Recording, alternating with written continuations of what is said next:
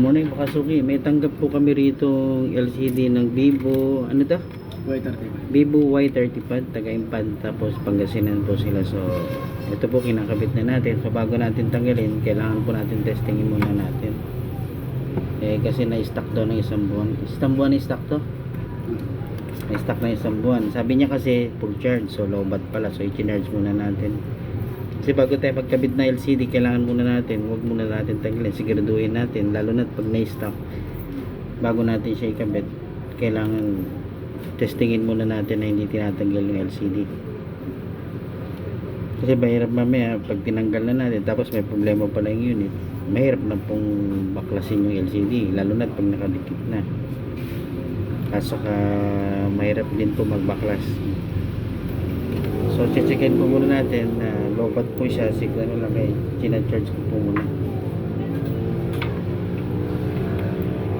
So, hintayin po natin siya magbukas mga suki bago natin tuloy yung buksan. Sige, anong password? Low bat.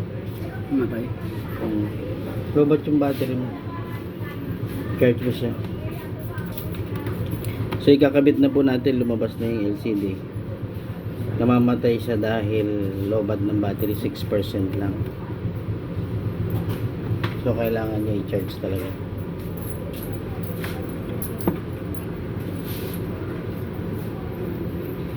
Pag ganito kasi medyo na-stock, talagang yung battery niya kailangan talaga mga 20% to 25%. So kaya ganun na nangyayari. Ito po.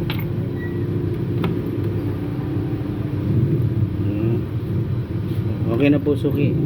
Ayan. So ganito talaga pag na-stock yung battery, kailangan natin siya i-charge bago natin siya ikabit.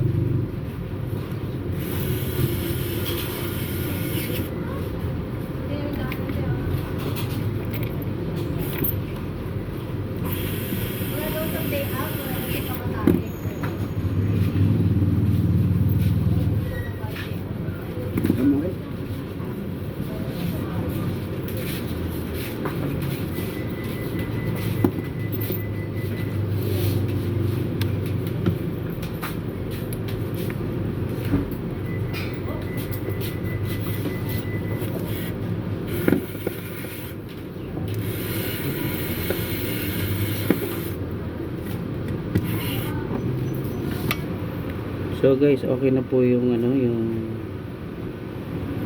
okay na po itong LCD.